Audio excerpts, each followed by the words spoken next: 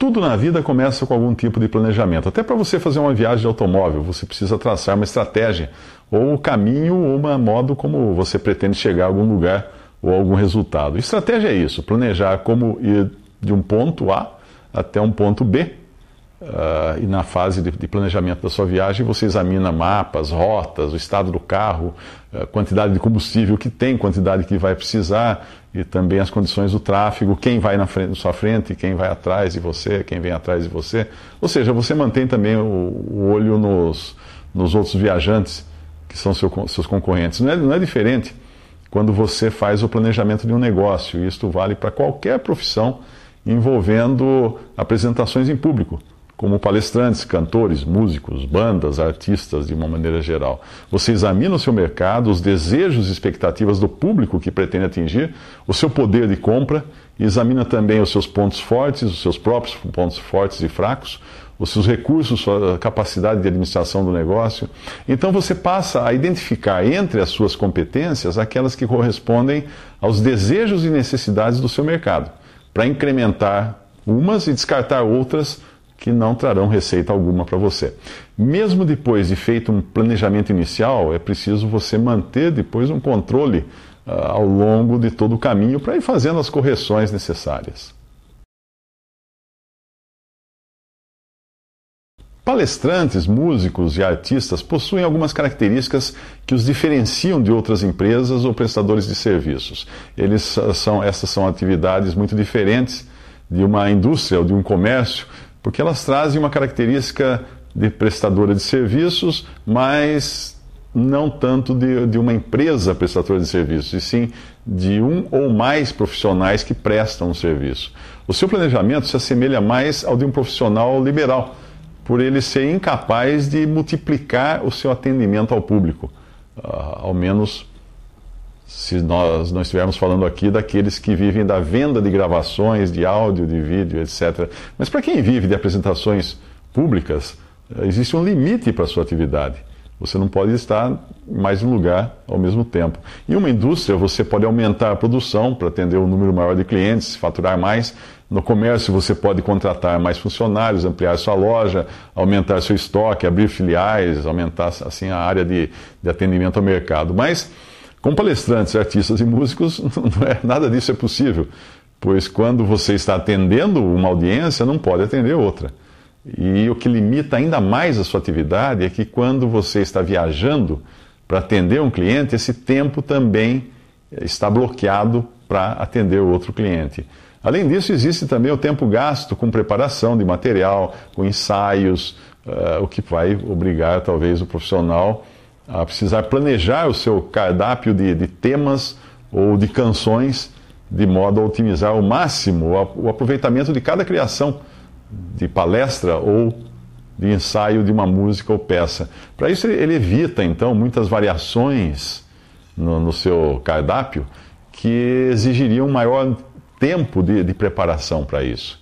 O seu planejamento, portanto, envolve não apenas o seu trabalho e a sua arte, mas também aquele tempo aparentemente improdutivo que é gasto com viagens e outras atividades que não são exatamente o seu produto ou o serviço que você faz. Por isso, palestrantes, músicos e artistas devem planejar tudo muito bem. E isso envolve principalmente a agenda, para saber escolher os clientes mais rentáveis ou aqueles com maior possibilidade de alavancar o seu negócio. Eu digo isso porque uma apresentação não remunerada, mas com uma grande visibilidade, uma grande exposição, um grande poder de exposição e multiplicação, pode render mais do que uma remunerada, porém isolada. Um dos mecanismos que um palestrante, um músico, um artista utiliza para planejar e administrar o seu tempo é o preço. Enquanto outros produtos e serviços podem ter os seus preços fixos, a sua atividade pode ter preços ou cachês variáveis, conforme a demanda e a dificuldade envolvida na apresentação. Usando o instrumento preço, você pode controlar a demanda, como fazem algumas indústrias de produtos de marca, de produtos caros.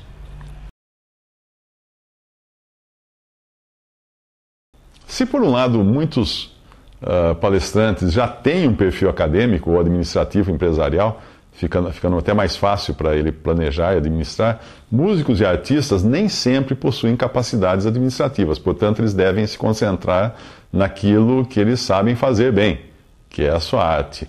O ideal é que eles procurem, então, um profissional, uma empresa de planejamento e estratégias de marketing para cuidar dessa parte. Um consultor de marketing fará, então, uma análise da atividade dele, do mercado, dos seus concorrentes, de tudo aquilo que faz parte de um planejamento de marketing bem feito. Com isso, ele terá um diagnóstico e uma visão mais clara das áreas que devem receber maior investimento e maior atenção na sua atividade. Em muitos casos, o próprio empresário artístico, né, o empresário do músico ou do artista, já tem esse tipo de visão. Mas, à medida que o negócio vai crescendo e o mercado vai ficando mais complexo, pode ser que ele precise buscar um assessor, uma assessoria de planejamento e de administração. O que é melhor que fique nas mãos de profissionais. As empresas, em geral, costumam fazer isto com a contabilidade, por exemplo, que eles terceirizam, né? Portanto, nada mais natural que os profissionais terceirizem as atividades administrativas que não são o seu core business, para se dedicar às suas apresentações. Existem também vertentes do trabalho artístico que podem ser melhor exploradas por um profissional de fora, que tem uma visão mais ampla do negócio. Eu falo aqui de gravações, venda de vídeos, venda de música, tanto para o consumidor final como para trabalhos publicitários, venda da imagem do artista para comerciais de produtos ou serviços, quando ele já for conhecido. E há outros trabalhos de estúdio, por exemplo, para músicos, como composição e execução de jingles. O campo é amplo e nem sempre surge no campo de visão do próprio artista a possibilidade, mas isso pode aparecer no campo de visão de outro, de um terceirizado, para cuidar da administração da atividade dele. O mercado artístico está mudando rapidamente e isso obriga até os profissionais a mudarem. Na Idade Média, um músico só conseguia ganhar dinheiro, seu sustento, desempenhando ao vivo, porque não existia tecnologia para ele levar a música a outros lugares sem ele ir junto com a sua música. Com a tecnologia, ele foi capaz de vender a sua música sem precisar viajar junto com ela. Mas hoje a tecnologia está obrigando o artista a voltar a atuar em shows ao vivo, já que ficou muito fácil para qualquer um copiar suas músicas e as vendas acabaram caindo para muitos deles. Não há como evitar isso. Talvez um artista de pouca projeção, ou que não grave CDs e DVDs e viva só de música ao vivo, pode achar até que eu não estou falando com ele, né, que ele não tem esse problema. Mas o problema existe. O problema é que isto também afeta esse retorno aos shows, aqueles artistas que trabalhavam antes só com venda de música gravada, porque com a queda na venda, eles começam a ser obrigados a voltar aos palcos para garantir o seu sustento, ou pelo menos o sustento do seu padrão de vida. E como consequência, mais concorrentes de peso até passam a disputar um lugar em shows com artistas e bandas que vivem exclusivamente desse nicho de apresentação ao vivo, o que torna a competição mais acirrada ainda. Para o palestrante, a possibilidade de um cliente baixar um vídeo de um profissional qualquer para exibir para os seus funcionários na empresa, ou em um evento de baixo custo, pode fazer com que ele deixe de contratar também o mesmo profissional ou outro para aquele evento. Então a tecnologia acabou também bloqueando algumas oportunidades para quem trabalha com apresentações. Hoje qualquer um consegue aparecer graças à internet. O YouTube já lançou muita gente no meio artístico, graças aos milhões de vídeos caseiros que nós encontramos lá. Um palestrante ou artista, ele precisa ter, sim, o seu lugar no YouTube e em outras redes sociais para fazer o seu trabalho ser conhecido, para divulgar o seu trabalho, para conquistar o seu público. Ninguém contrata quem não é conhecido, quem não é visto. Alguns palestrantes, músicos e artistas temem expor o seu trabalho com receio de serem as suas palestras ou ideias serem copiadas, ou as suas músicas pirateadas. Mas qualquer exposição traz riscos. Portanto, é melhor correr risco e conquistar mercado do que não correr risco nenhum e ficar sem clientes. Os melhores propagandistas do trabalho de um palestrante, de um músico, de um artista ainda são os milhões de usuários da internet que acabam passando para os amigos aqueles links de um vídeo, de uma música que eles acham bons. É preciso ter esse link se você quiser ficar conhecido. Ou então você vai ficar fora da maior vitrine que existe hoje no mundo.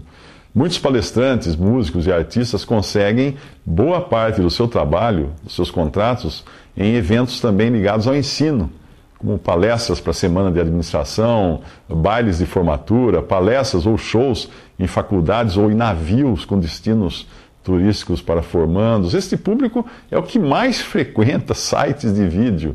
E o profissional que ainda não criou uma estratégia e um diálogo com o público estudantil está perdendo seu tempo.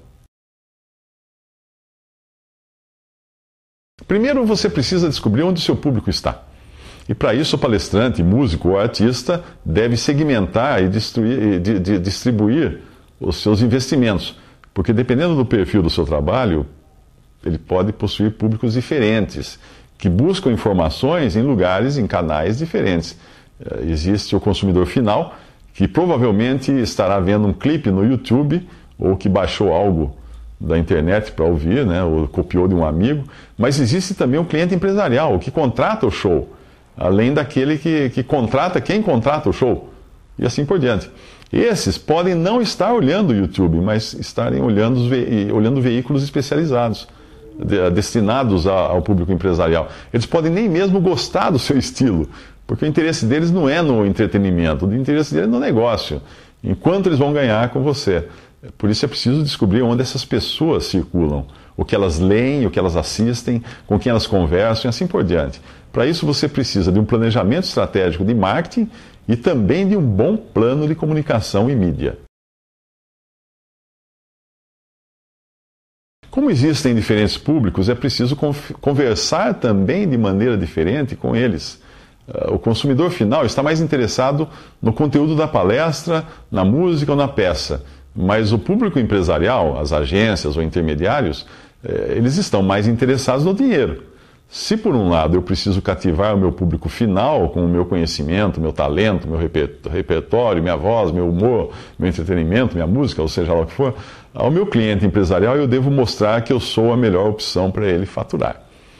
É claro que ele irá avaliar o meu conhecimento e a minha performance, se eu for um palestrante, né? Ou a minha capacidade artística, se eu for um músico, cantor, ator ou comediante. Mas há muitos outros detalhes em jogo e é preciso ter um discurso diferente para cada público e uma abordagem também diferente, uma imagem também diferente, adaptada a cada um deles. Isso vai depender também do planejamento. Se a banda, no caso uma banda, ela pretende ter uma identidade muito bem definida, ela deve trabalhar isso, mas antes é preciso saber se é este o seu mercado. Um diagnóstico de mercado vai dizer. Mas ela também pode ter uma imagem que não dependa tanto dos seus componentes, como é o caso de bandas que atuam em festas, bailes. Às vezes os seus músicos nem são conhecidos por nome. Existem grandes bandas que sobrevivem há décadas, com uma grande rotatividade de membros. Porém, com uma imagem coesa em torno da marca da banda. Talvez o segredo esteja no líder. Pode ser que você precise de um líder, um rosto, que seja o porta-voz e o porta-imagem da banda. Eu creio que ainda que a banda decida ser um tipo genérico em termos de membros, ela deve ter alguém que defina a sua personalidade. No tempo das Big Band havia o maestro, que era o astro principal, e hoje pode ser um cantor, um músico ou até uma dançarina da banda, que define a imagem da banda. Se for esse o caminho escolhido pela banda no seu planejamento de marketing, é bom que se entenda que a maior força da sua marca, que é a personalidade, é o carisma de uma pessoa. E isso não pode representar uma ameaça interna aos outros integrantes. Todos os componentes da banda, e até os que forem entrando ao longo do caminho, ao longo do tempo, eles devem estar cientes de que estão construindo o sucesso em cima do nome do Zé ou da Maria, que é o líder da banda, né, a marca da banda. Não pode haver qualquer melindre quando eles virem a mídia exaltando o Zé ou a Maria, ou quando a imprensa chamar de banda do Zé ou banda da Maria, porque todos devem estar bem cientes e ter sido esta a decisão estratégica que foi tomada para construir a personalidade da banda em torno do seu membro mais carismático. Essa estratégia pode funcionar bem para algumas bandas, mas não é isenta de risco, como a perda do Zé, né? Ou porque ele morreu, ou porque ele perdeu a voz, ou decidiu cantar solo, o que pode acarretar o fim da banda, ou jogar a banda, ou o que sobrou da banda, num patamar de menor categoria. Esses riscos são levantados e calculados na hora do planejamento de marketing. Por isso que é importante buscar ajuda de uma boa assessoria de planejamento de marketing e de comunicação, se você é um palestrante ou se você é músico, artista, banda, ou seja lá o que for.